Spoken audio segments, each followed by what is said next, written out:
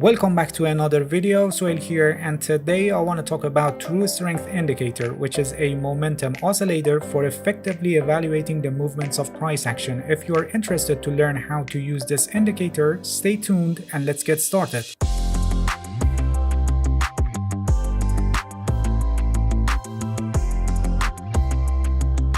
Alright, here we go. We got True Strength Indicator here below the chart, and as you can see, it's oscillating above and below the center line, which is 0. This is an unbound oscillator, which means there is no upside or downside limits, as you can see, and the extreme moves depend on the volatility of the market, which I'll explain more about this later in this video when discussing the overbought and oversold conditions. The blue line is True Strength line and the red line is the signal line, which is simply an exponential moving average of the True Strength line. True Strength Indicator is based on a double smoothing of price changes, and by doing this I mean double smoothing of price changes. It tries to filter noises and capture the movements of the price action in a more effective way. The formula and calculation of this indicator is a little complex, and I don't intend to get into the calculations in this video because in practice you don't need it and you must learn how to interpret it and use it for trading. Anyway, if you're curious on how it's calculated or you need the formula and calculations for any purpose, just simply search in the Google and you'll find it in many websites. The default settings of True Strength Indicator on most of trading platforms are 25 for long length, 13 for short length, and 13 for signal length. The default setting usually works well in most of situations, but you can adjust the setting based on the volatility of the market you trade and your trading style and trading system, so it will better match with your whole analytical process. Alright, now let's see how we interpret this indicator and how we can use it for trading. As I've already mentioned, this is a momentum oscillator that moves above and below 0.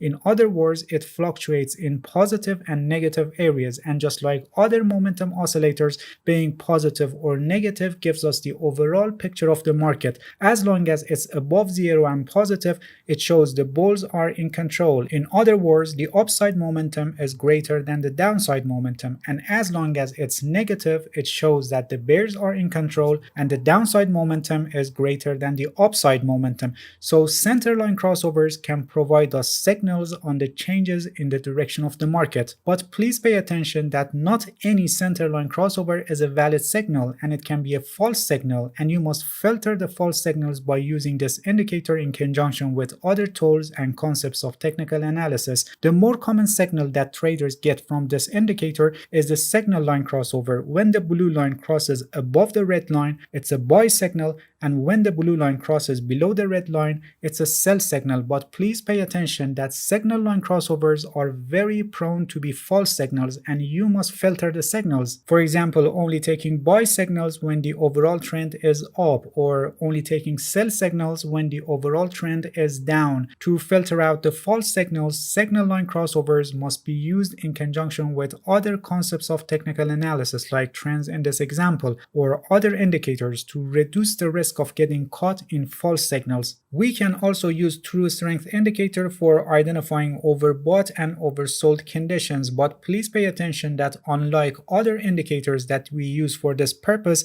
True Strength Indicator is an unbound oscillator. We don't have any upside or downside limits, so with this indicator, assessment of overbought and oversold conditions are a little subjective. Different assets have different volatilities, so based on the volatility of the asset or the market you trade, by checking its performance in the past, you can find the correct levels that can be considered overbought or oversold. So make sure you check the past performance of the market to discover the correct levels. As I just said, because in this indicator there is no upside or downside limits, the assessment will be subjective in identifying overbought or oversold conditions, and we have better indicators for this purpose like RSI. So I don't recommend to use this indicator for identifying overbought or oversold conditions.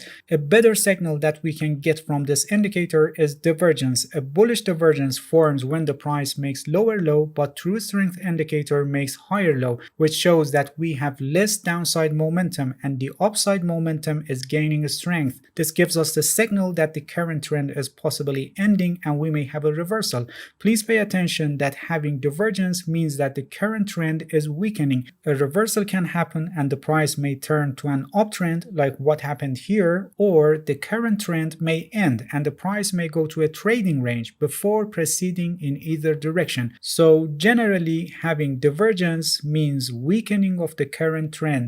And please pay attention that when the trend is strong, we may have a divergence or even some consecutive divergences, but without any ending of the current trend or reversal, and the price keeps going its overall direction. And the divergences may only foreshadow the corrections or pullbacks, and a bearish divergence forms when the price makes higher high but true strength indicator makes lower high, and this shows less upside momentum and indicates that the downside momentum is gaining strength. This gives us the signal that the current trend is weakening and the trend may end, and possibly we may have a reversal.